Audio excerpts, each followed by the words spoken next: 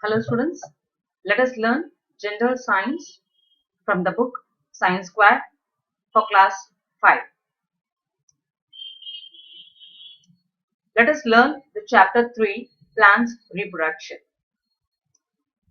In this chapter, we shall discuss about the structure of seed, conditions for seed germination, stages of germination, reproduction in non-flowering plants, vegetative reproduction in plants, crop protection, conditions for the crop protection, growth of crops, types of crops, growth of crops, and protection of stored seeds. Let us begin the chapter. We know that reproduction helps the plants in maintaining their survival in the form of new plants. Most of the plants reproduce through seeds.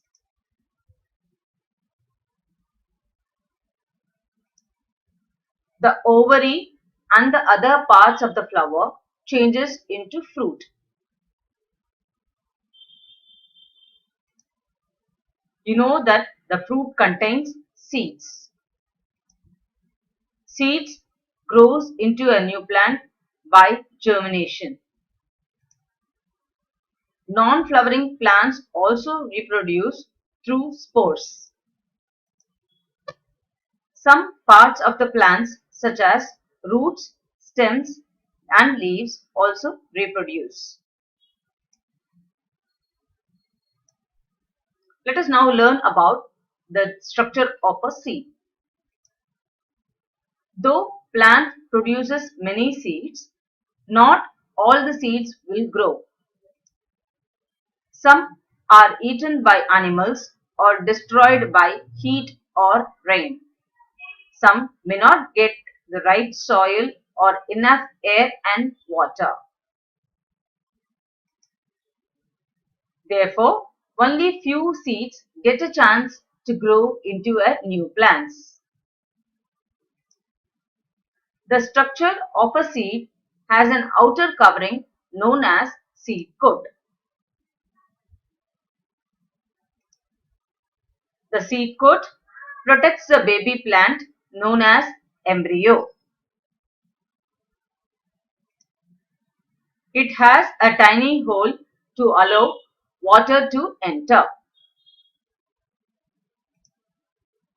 There are two seed leaves or cotyledons inside the seed coat in grams, peas and beans. There is also one-sided seeded leaf in wheat, maize or rice. Between seed leaves or inside a seed leaf, you can see a baby plant.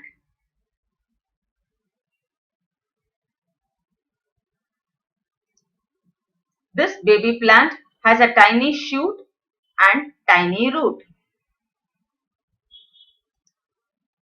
Food is stored in the leaves for the baby plant till green leaves grows.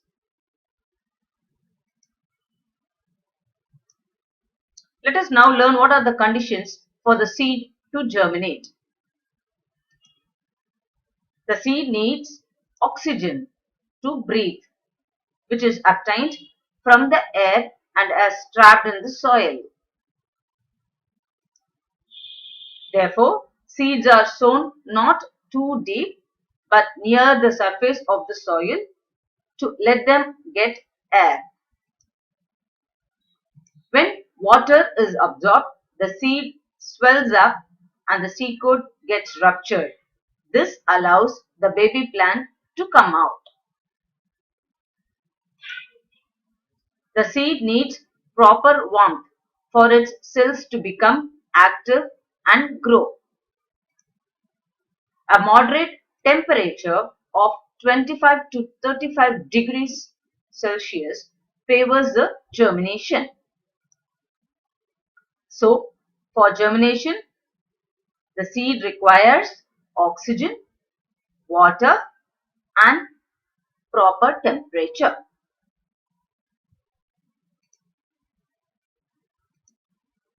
Let us now learn about pre-breeding experiment.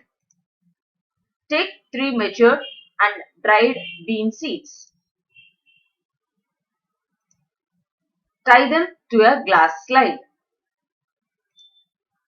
Keep the slide in a beaker containing water as shown in the figure. Leave the whole setup at moderate temperature. What you will notice is that only the middle seed will germinate because it gets both air and water. The seed which is inside the water will not get enough air, while the seed at the top will not get enough water. So, only the middle seed will germinate as it contains both air and the water.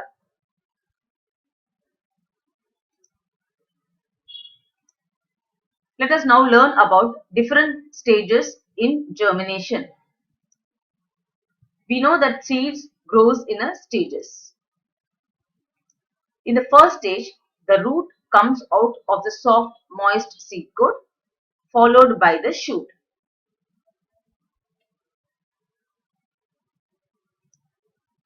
In the second stage, the root grows downwards while the shoot grows upwards towards the sunlight.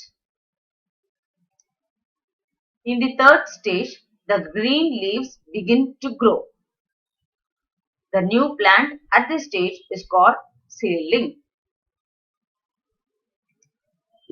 In the fourth stage, the green leaves grows bigger while the seed leaves begin to shrink. Then the leaves start preparing its food for the new plant and begin to store the food.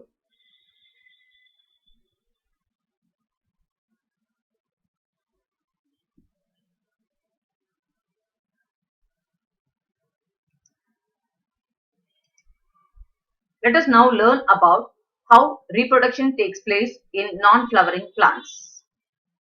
Non-flowering plants reproduce by producing spores. It includes fungi, mosses, and ferns. The spores are small and packed in spore boxes. These appear as brown spots on the underside of the leaves. The spore boxes burst and scatter the ripe spores. These spores develop into a new plant.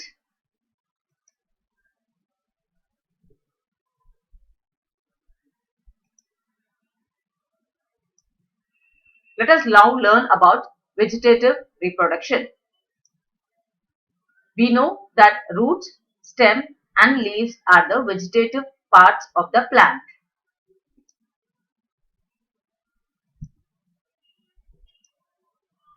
So, root, stem and leaves are the vegetative parts of the plant. Reproducing by plants by roots, stem or leaves, we'll call it as a vegetative reproduction. Vegetative reproduction is much quicker than reproducing through seeds.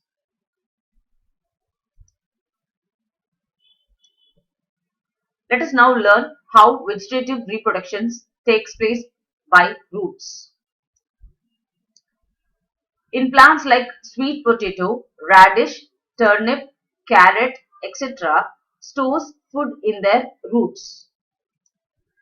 When we plant them in the soil or put them in water, the roots and the shoots will begin to grow from them.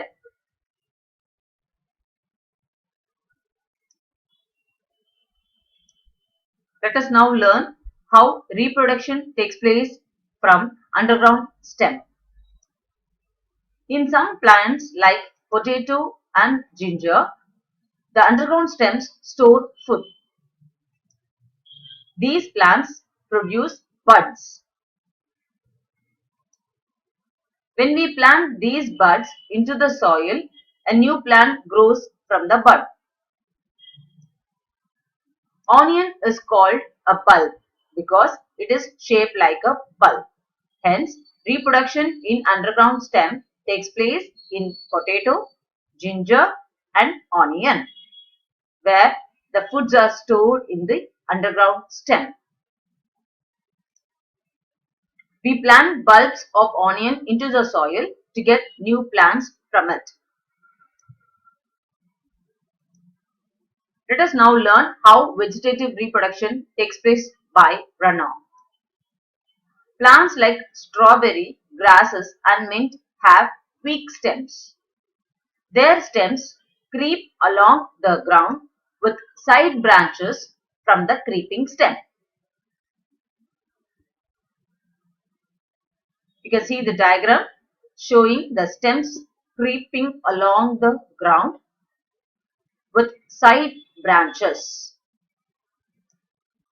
They separate and go inside the soil to grow into a new plants.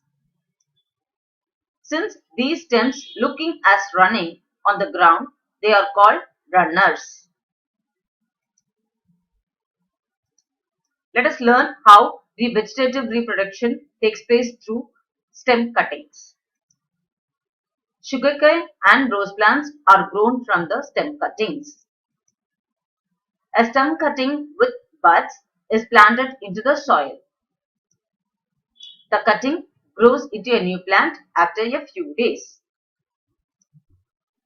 But when the cuttings are attached to the shoots of another plant, we call it as a grafting.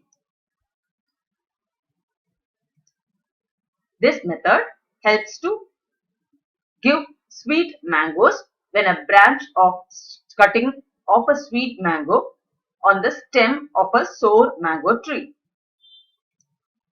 It gives violet rose when a stem cutting of a violet rose is grafted on the plant of a red rose. Sometimes there will be flowers of two colors in one plant. This is by the stem cutting.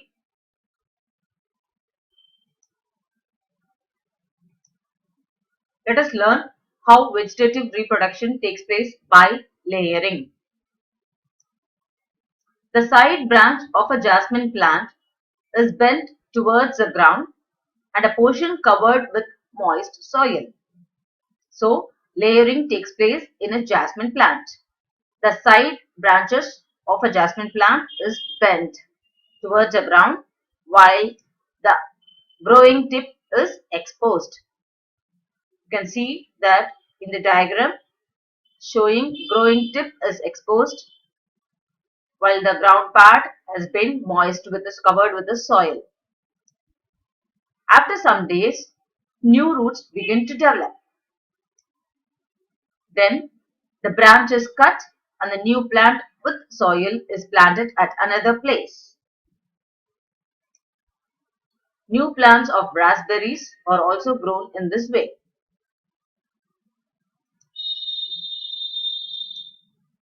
Let us learn now how vegetative reproduction takes place through leaves. Leaves of some plants like Bryophyllum and Begonia bear buds on them. When these buds are kept in the moist soil, they produce new plants.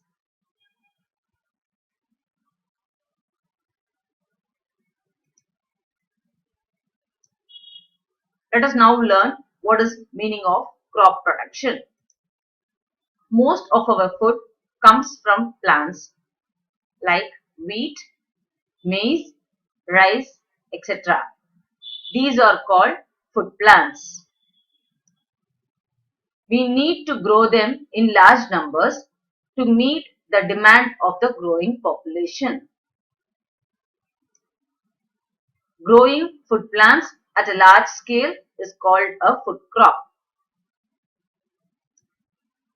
Cereals, pulses, oilseeds, vegetable and fruit crops are cultivated for food.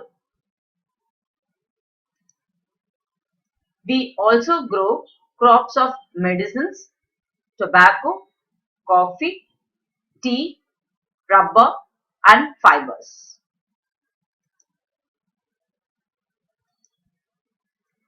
Let us now learn about the two different types of crops, kharif and rabi. Based on the seasons and climate, crops are classified into two types, namely kharif crops and rabi crops. Crops of cereals, pulses and oil seeds like wheat, gram and mustard grows in winter. These crops are called rabi crops. Crops like rice, maize and millets that grow in summer or rainy season of India are called kharif crops. Fruits and vegetables like apple, peach, plum, cabbage and cauliflower grow in winter season or cool climate of hilly areas. So you can remember kharif or summer crops while rabi are winter crops. Banana, guava, papaya, sugarcane, lady's finger, pumpkin and gourds grow in summer seasons. These are areas of warm climate. Coconut trees also grow in hot and damp climate of the coastal regions.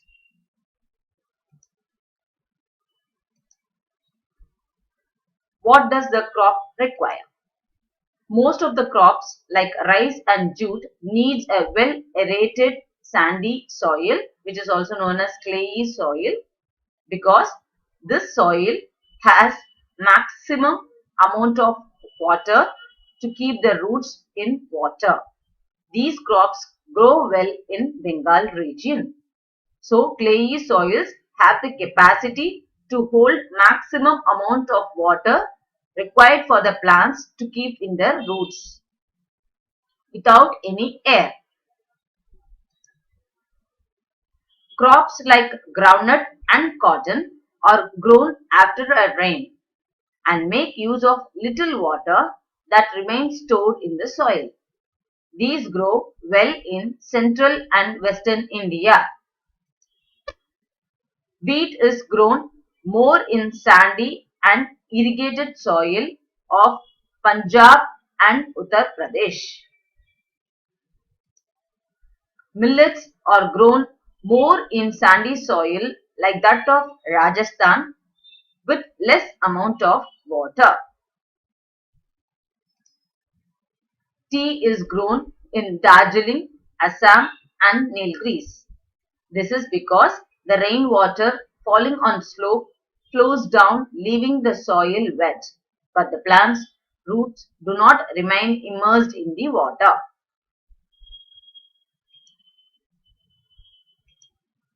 Let us see how to grow a good crop. Using healthy and ripe seeds of the plants for sowing. We need healthy seeds for sowing. The soil should be prepared well by plowing for aeration. Soils is plowing for soil aeration. Adding chemical fertilizers such as urea, ammonium nitrate, phosphate and sulfate to fulfill the deficiency of minerals from time to time. So, we need fertilizers to fulfill the deficiency of minerals. Preparing compost from the decaying plants and cattle dung for the natural manure or organic fertilizer. Compost. The crop should be irrigated at proper time. Irrigation. The weeds should be removed from time to time. Weeding.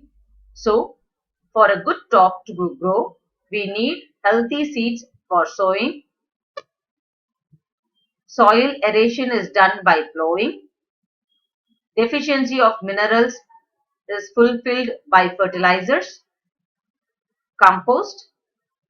irrigated, and weeding.